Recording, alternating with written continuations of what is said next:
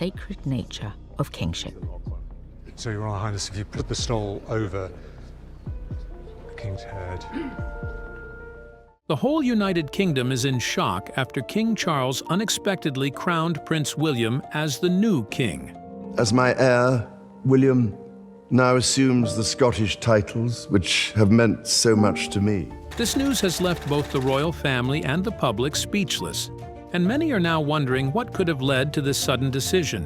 People can't stop talking about what might have happened behind the palace doors. Did something serious make him step aside? Or is there another reason behind this royal surprise? Join us as we uncover the full story and reveal the truth behind this shocking announcement. Abdication, precedent, and the vow of lifelong service. When the news first started spreading that King Charles might one day step down for Prince William, many people brushed it off as just another royal rumor. Yet it didn't take long before it gained attention, especially when it came from someone who once worked close to Princess Diana. Paul Burrell, her former royal butler, made a bold prediction that caught everyone by surprise. He stated that King Charles had a 10-year plan to eventually hand over the throne to his eldest son. It wasn't a random guess, because he spoke as though he truly believed it was part of a well-thought-out royal decision. According to his words, King Charles and Queen Camilla were not planning for a lifetime reign like the late Queen Elizabeth II. Instead, they supposedly had an understanding that by around the time the king turned his mid-80s, he would make way for Prince William to take the throne and lead the monarchy into a new era. At first, the idea seemed far-fetched, because the image of a British monarch stepping down is almost unthinkable. After all, the memory of Queen Elizabeth's lifetime of service is still fresh in everyone's mind. However, the discussion started to grow when people began linking Burrell's claim to what has been happening in other European royal families. In recent years, several monarchs have abdicated, giving their crowns to younger heirs instead of ruling until their last breath. The example that stood out most was the abdication of Queen Margrethe II of Denmark in January 2024. Her decision was seen as a modern move, a way of keeping the monarchy fresh and connected to a younger generation. Vil jeg træde tilbage som Danmarks dronning. Jeg overlader tronen til min søn, kronprins Frederik. This trend of passing the crown early has made some wonder if King Charles might be inspired to do the same. But here's the most interesting part. Paul Burrell didn't just compare the king to other European monarchs.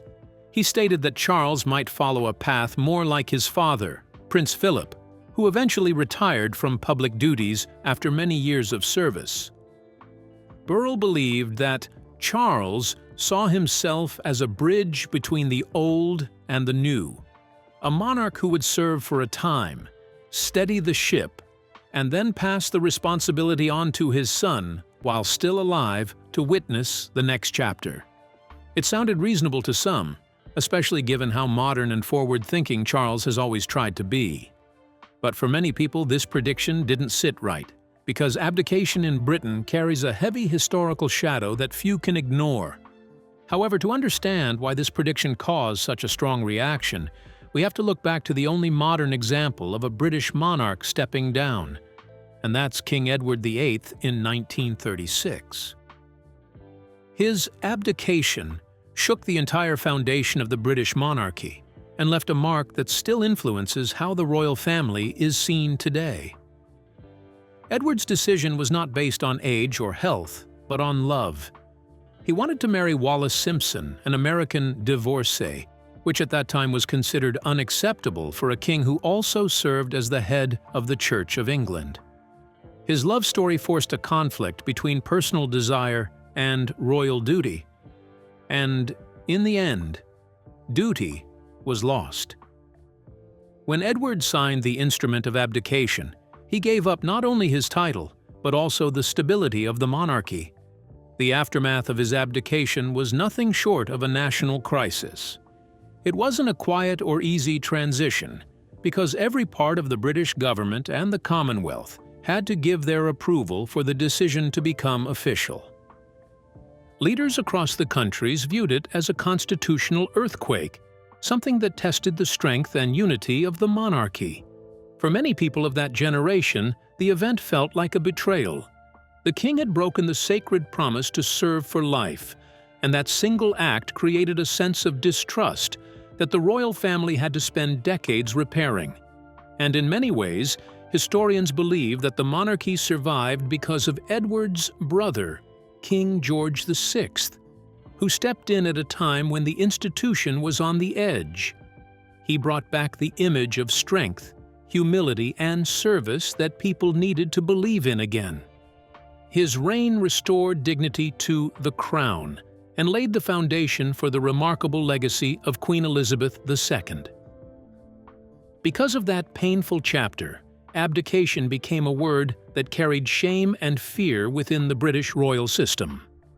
It was seen not as an act of renewal, but as a failure of duty. As the years passed, the monarchy slowly rebuilt itself around a new idea, which is the vow of lifelong service. Queen Elizabeth embodied this principle in every sense. From the moment she made her famous speech at 21, promising to serve her people for the rest of her life, she never went back on her word. I declare before you all that my whole life, whether it be long or short, shall be devoted to your service and to the service of our great imperial family to which we all belong. Even when she grew older and her public appearances became fewer, she refused to hand over her title. That long record of devotion became one of the main reasons why the royal family regained so much respect worldwide. It also became the standard that future monarchs would be compared against. That is why, when predictions like Burrell's surfaced, they struck a deep emotional chord. Many were not only questioning whether Charles would follow through on a private plan, they were also wondering if he could truly live up to the example set by his mother. His reign was already unique because he ascended the throne at an age when most people would be thinking about slowing down. However, the king has always said that his sense of duty does not end with comfort or convenience. His speeches and actions have shown that he views the role not as a personal privilege, but as a lifelong responsibility that demands service until the end. Furthermore, the modern idea of monarchy has also changed over time. While other European royals have begun treating abdication as a natural part of succession, the British monarchy still sees it differently. Abdication here is more than just passing the crown. It is a decision that touches the heart of national identity. Every part of the British Constitution is shaped around the idea that the monarch is the continuous symbol of stability, someone who never steps aside because the country's unity depends on that unbroken presence. In the case of Edward VIII, the lessons learned were too costly to forget. His abdication forced Parliament and the Commonwealth to reconsider how power and duty should coexist. For instance, countries like Ireland began to see how such moments could redefine their constitutional relationship with the crown. The shock of 1936 didn't just change the monarchy, it also influenced how former dominions shaped their independence later on. That is why, when people today even mention the idea of King Charles stepping down, it immediately stirs memories of that turbulent time. Still, the modern world has a different rhythm. The royal family today lives under the constant gaze of social media, public debate, and global scrutiny. Every action and decision is examined from every angle. So when a prediction like Burrell's spreads, it doesn't just stay as gossip, it becomes a topic of serious discussion. Many start asking whether it is time for the monarchy to evolve with the times, or whether it should continue holding firm to the old ways that have sustained it for centuries. It is also important to understand the role that personal legacy plays in these discussions. King Charles spent most of his life preparing for this position. He waited longer than any heir in British history to become king, and his reign, though still young, has already been marked by his efforts to modernize royal traditions while protecting their essence. He has spoken openly about wanting to create a monarchy that is smaller, more efficient, and more in touch with the people. For someone with such a deep commitment to public service, the thought of walking away after 10 years seems to clash with everything he has stood for. However, Burrell's argument about a 10-year plan reflects how people are trying to interpret the modern monarchy through a practical lens. Many believe that, with the king's age and health always under the spotlight, a structured transition might make sense. But constitutional experts quickly point out that there is no such plan or provision in British law for a planned abdication. In fact, stepping down would require an entirely new legal process, involving Parliament and the Commonwealth realms, just like in 1936. That would reopen old wounds and bring back the same level of uncertainty the monarchy has worked so hard to move beyond. What most people forget is that abdication is not just a personal decision, it is a national one. A monarch cannot simply decide to retire like an ordinary public servant. The role exists through constitutional continuity, meaning the presence of a monarch is essential to how the state functions. Every act of government, from parliament meetings to court rulings, operates under the authority of the Crown. If the king were to step down, it would require rewriting key parts of this structure, something that no one is eager to attempt again. So while Burrell's claims sparked debate, they also reminded people of how deeply symbolic the British Crown remains. The king's duty is not measured in years, but in devotion. The crown is not just a piece of gold passed from one head to another. It represents a history that has survived wars, crises, and centuries of change. Every monarch who wears it carries the weight of that legacy, and for Charles, it is also a personal mission to continue the constancy and service above self his mother stood for. In this light, the so-called 10-year plan sounds less like a royal strategy and more like an outsider's guess. So, stay tuned as we dive deeper into this story and the main reason behind the revelation: a king's promise and duty beyond the rumor. When King Charles spoke at his coronation in May 2023, it was clear that this was not a man preparing to hand over his crown anytime soon. Every word, every vow, and every gesture reflected a deep understanding of the promise he was making. Not just to his family, but to the nation and the Commonwealth that looked to him as their sovereign. The coronation was more than a ceremony filled with jewels and tradition. It was a declaration of commitment, one that publicly tied him to a lifelong duty. During the service, Charles swore an oath before God and his people, promising to govern the people of the United Kingdom and his other realms, according to their laws and customs. He also vowed to preserve the Protestant Reformed religion and the settlement of the Church of England. These were not empty words. They were sacred commitments. In that moment, he accepted the same lifelong responsibility that had guided his late mother for 70 years. This vow was not something that could be adjusted, shortened, or set aside after a decade. It was a promise that would last as long as his life. People often forget that the British monarchy is not built on personal choice, but on sacred duty. Once a monarch takes that coronation oath, stepping down would mean going against the very foundation of that promise. That is why those who truly understand the depth of the coronation's meaning knew that the prediction about Charles abdicating simply did not fit the man or the moment. From his earliest speeches as Prince of Wales to his words on the day of his coronation, King Charles has always seen leadership as service. King Charles once stated that true freedom is found in serving others, not in seeking personal comfort, and that belief has guided every stage of his life. Before the crown was placed on his head, he offered a private prayer asking for God's grace to help him find, in thy service, perfect freedom. It was one of the most moving parts of the ceremony because it showed what kind of king he intended to be, one who leads not for himself, but for the good of the people. It echoed the strength of Queen Elizabeth, who had built her reign on the same principle: service, not self-service.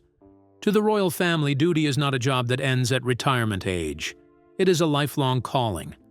Those who were waiting for King Charles to hint at any form of abdication were met with silence, not because he avoided the question, but because his actions spoke for him.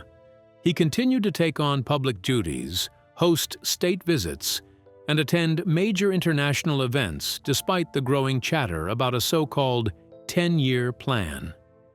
And then, at the Commonwealth Heads of Government meeting, he made a statement that seemed to put the rumor to rest.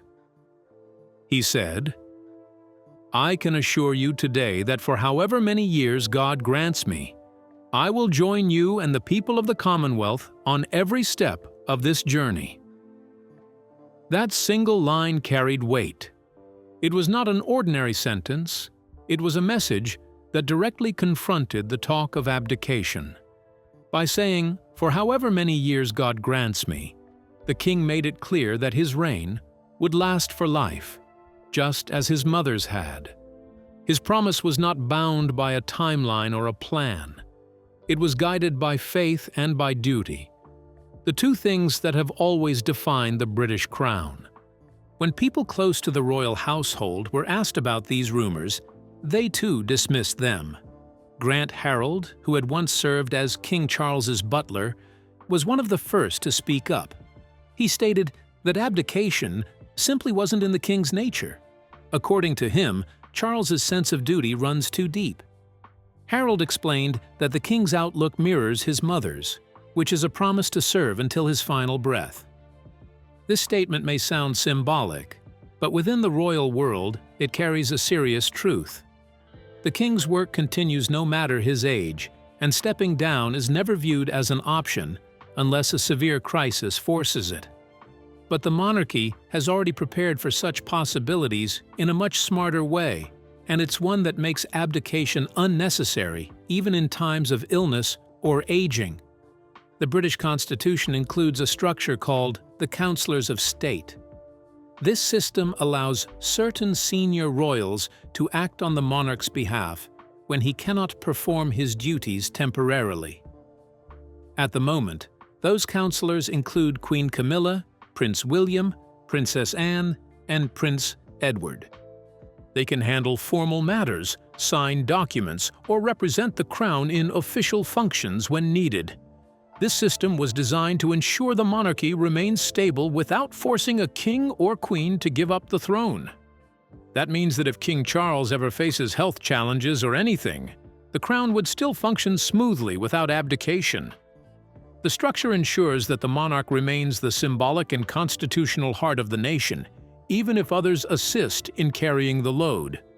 It's a quiet but powerful safeguard, one that has existed for decades and has been used before, including during Queen Elizabeth's later years. So when people hear talk of abdication and wonder what might happen now the king is unwell, the truth is that the monarchy already has a clear plan that doesn't require him to step down. His role as sovereign remains intact, while trusted family members ensure the work continues. This system is one of the most stable parts of Britain's unwritten constitution, and it has kept the monarchy running without chaos for generations. Still, no matter how strong this structure is, the rumors keep coming back, and many of them are tied to one thing: the king's age. At 76, Charles himself has joked that the bits don't work so well after you get past 70. While that remark was meant to sound lighthearted, it gave the media another reason to speculate about his future. Some took it as a hint that he might slow down or consider retirement in the coming years. However, those who know him personally say the opposite is true. Royal experts point out that King Charles's energy and dedication have remained steady. Despite his age, he continues to attend engagements across the country, hold meetings, and represent Britain on the global stage. For him, These moments are not burdens but privileges. His daily routine is packed with duties that would exhaust much younger people, yet he sees them as opportunities to serve. Even his health comments were more about being realistic than retreating. They showed that he is human, aware of his age, but still ready to give his best. Of course, not everyone agrees completely. A few royal commentators, like author Phil Dampier, have suggested that while abdication seems unlikely, it could only be considered in a very extreme case. Perhaps if the king's health were to decline significantly. But even he admits that this would be a last resort, not something pre-planned or expected. In other words, it would only happen if absolutely necessary. That kind of thinking shows just how different the British monarchy is from its European counterparts. In countries like the Netherlands or Denmark, abdication is now a normal and even celebrated part of modern royal tradition. But in Britain, the crown is viewed through a moral and sacred lens. Abdication is seen not as a choice, but as a disruption to the divine and constitutional order. That's why the story of Edward VIII still echoes so strongly. Every king and queen since that time has understood that stepping down isn't just about personal health or convenience.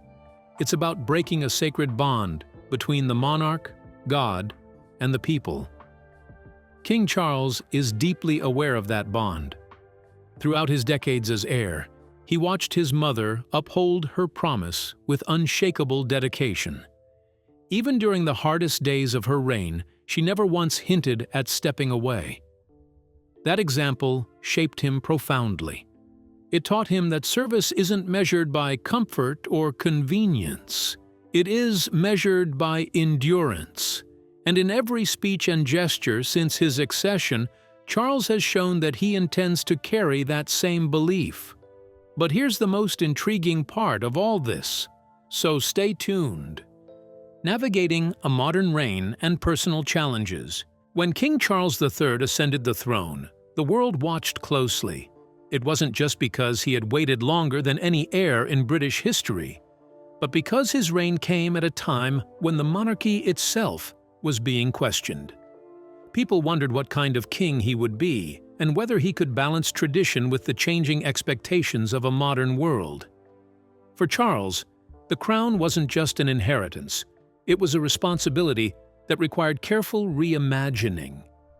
And that's exactly what he began doing from the very first days of his reign. One of the most noticeable things about King Charles has always been his vision for a modern monarchy. Long before he became king, even back in the 1990s, he often spoke about his belief that the royal family should be smaller and more efficient. He wanted it to represent value, not excess. That's where the idea of a slimmed-down monarchy began. He believed that with fewer working royals and more focus on the direct line of succession, the public would feel their money was being used more wisely, and the institution would remain relevant to the times. But when he finally took the throne, that very idea started taking shape under unusual circumstances. The departures of Prince Harry and Meghan Markle, combined with the scandals surrounding Prince Andrew, had already reduced the active members of the family. So what Charles once planned as a careful and deliberate reform suddenly became a reality out of necessity. It wasn't a smooth transition, but a forced adaptation. Some experts began calling it a skeleton monarchy, because the core group that carried out royal duties had become so small. Still, Charles didn't panic. He saw this moment as a test of resilience and an opportunity to reshape the monarchy's image. His focus turned to efficiency and transparency. He made it clear that every royal engagement, every public event, should have meaning and purpose. And when he appointed Prince William and Princess Catherine as the Prince and Princess of Wales shortly after his accession, it was a symbolic move to show the monarchy's future was already being prepared. It wasn't about removing tradition, it was about adapting it. This slimmed-down structure did come with challenges, though. with fewer senior royals available, the workload became heavier for the remaining members like Queen Camilla, Princess Anne, and Prince William. Every appearance mattered more because the spotlight was narrower. Yet despite these pressures, Charles managed to maintain a sense of stability. He continued to represent continuity even while quietly reshaping how the monarchy operates behind the scenes. And this wasn't new for him. King Charles had been preparing for a lifetime to lead with purpose. Decades before the crown rested on his head, he was already deeply involved in causes that mattered to ordinary people. That's what makes his story unique among monarchs. His reign isn't built on sudden changes, but on a lifelong foundation of advocacy and commitment. Long before he was king, he created what became one of the UK's most impactful charities, the Prince's Trust, now known as the King's Trust. It started humbly in 1976, using his severance pay from the Navy, only about £7,400 at the time. His goal was simple but powerful. It was to help young people who were struggling to find jobs, homes, or purpose. He wanted to give them hope and opportunities that society often denied them. Over the years, that idea grew into something far greater than anyone could have imagined. Today, the King's Trust has helped more than 1 million young people across the UK. It provides training, mentorship, and funding for those who want to start small businesses or gain new skills. Many success stories have come from this initiative, from young entrepreneurs to artists who once thought they had no future. Charles's belief was always that potential exists in everyone, and it only needs guidance and opportunity to shine. But his vision didn't stop at Britain's borders. Over time, the King's Trust expanded globally, creating branches in over 20 countries. It became a symbol of how compassion and leadership can create lasting change. And when it was renamed in 2024 to the King's Trust, it wasn't just a rebranding, it was the continuation of a mission he had started nearly 50 years earlier. That same dedication to purpose can also be seen in his lifelong passion for the environment. Long before terms like climate change and sustainability became part of everyday conversation, Charles was already warning about the dangers of pollution, deforestation, and overconsumption. People once mocked him for talking to plants and promoting organic farming, but history has proven how far ahead of his time he truly was. Now, as king, he's been called the Sustainability King, and that title fits perfectly. His reign continues to highlight the importance of protecting nature and building a green future. Under his guidance, royal estates like Highgrove and Sandringham have become examples of sustainable agriculture and conservation. And through countless speeches and projects, he has encouraged businesses and governments to think about long-term impact rather than short-term profit. But even with all these achievements, Charles's reign hasn't been without challenges. His health has recently been a major topic of public concern, especially following his cancer diagnosis. Yet, despite that, the king has shown remarkable strength and commitment. He continues to carry out engagements when he can, and when he cannot, he relies on the support of trusted family members like Queen Camilla and Prince William. Behind all this is the Councillors of State, which allows designated royals to perform duties on behalf of the monarch if he is temporarily unwell or traveling abroad. This system ensures continuity without needing abdication or any drastic changes. It's a reminder that the monarchy, while traditional, has structures designed to adapt to any situation. Through all these adjustments, Charles has shown one consistent trait, and that's perseverance. His life has always been about patience and long preparation, and now his reign reflects that same calm strength. He doesn't seek popularity or dramatic reforms, but rather balance and sustainability, both in his causes and in the institution he leads. Publicly, he often speaks about service, but privately, those who know him say his sense of duty runs even deeper. He views his position not as a privilege, but as a calling. And while some may speculate about abdication or early retirement, his actions show the opposite. He's building for the future, for his son William, for his grandchildren, and for the institution that has shaped British identity for over 1,000 years. What makes his reign particularly interesting is how personal it feels. Unlike past monarchs who maintained a strict distance, Charles often shows his human side. He's candid about aging, he jokes about his own flaws, and he speaks with genuine warmth about the people he meets. That authenticity has helped him connect with a generation that doesn't automatically respect authority, but responds to sincerity. It's also what makes his story so different from his mother's. Queen Elizabeth II reigned through duty and tradition, and while Charles honors that legacy, he does it in his own way, which is through conversation, compassion, and inclusion. He understands that the monarchy's survival in the modern world depends on relevance, and he's working to make sure it's not just a symbol of the past, but also a voice in shaping the future. However, modernization comes with risk. Every reform challenges centuries of custom, and not everyone welcomes change. Some traditionalists worry that by slimming down the monarchy, Charles might weaken its ceremonial presence. Others argue that he's doing exactly what's needed, which is focusing on purpose rather than pageantry. And this debate is likely to continue as his reign progresses, especially as younger royals begin to take on more visible roles. But as King Charles continues to reshape the monarchy, one question quietly lingers. How does his vision align with that of the man who will one day inherit it? The father-son collaboration and divergence. The relationship between King Charles III and Prince William has always drawn public attention, but never more so than now. For years, the two were seen as having different approaches. Charles, the lifelong campaigner with strong personal convictions, and William, the calm, cautious figure shaped by a world far more digital and transparent than his father ever knew.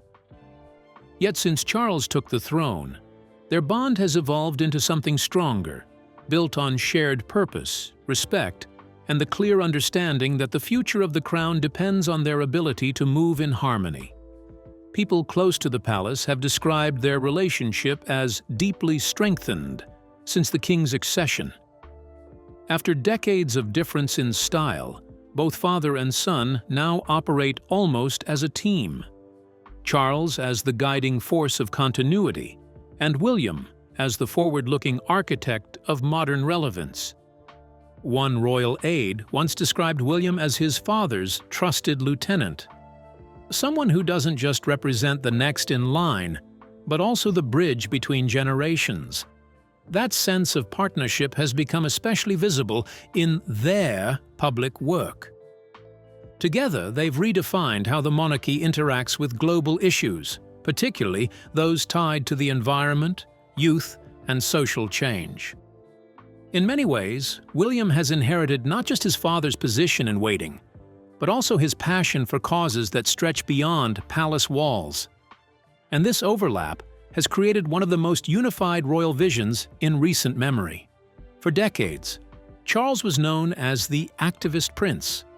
Long before it was fashionable, he spoke passionately about sustainability, architecture, and the environment. He faced criticism for being outspoken, even accused at times of meddling in political matters. His letters to government ministers, which was later dubbed the Black Spider Memos because of his distinctive handwriting, often expressed personal concern about everything from farming to housing policy. Critics called it interference, but Charles saw it as moral responsibility. However, when asked in a BBC documentary whether he would continue that approach as king, his response was immediate and clear. "No, it won't," he said firmly. "I'm not that stupid." I do realize that it is a separate exercise being sovereign.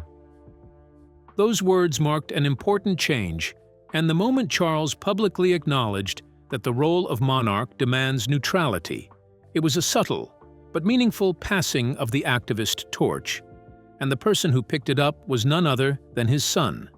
Prince William's rise as a public figure has been defined by action rather than commentary. He has channeled his father's passion for change into carefully structured initiatives designed for the modern age. His Earthshot Prize, launched in 2020, embodies that. This is a global award aimed at finding and funding innovative solutions to environmental challenges, where Charles once campaigned through speeches and letters. William now does so through partnerships and global recognition. The method has changed, but the message remains the same. The planet needs protection, and leadership must set the example. The same shared drive is visible in William's domestic work. His Homewards initiative, for instance, directly tackles homelessness, an issue close to both men's hearts. Charles's own charitable work, especially through the King's Trust, has long focused on empowering disadvantaged youth.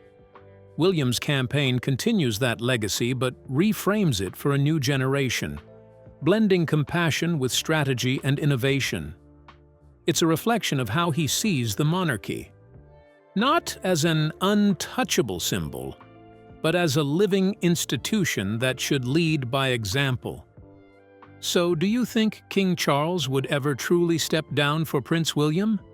Or is his sense of duty too strong to let that happen? Let us know in the comment section below. If you enjoyed watching this video, make sure to like, share, and subscribe to our channel for more. Also, click the next video shown on your screen. You will enjoy it.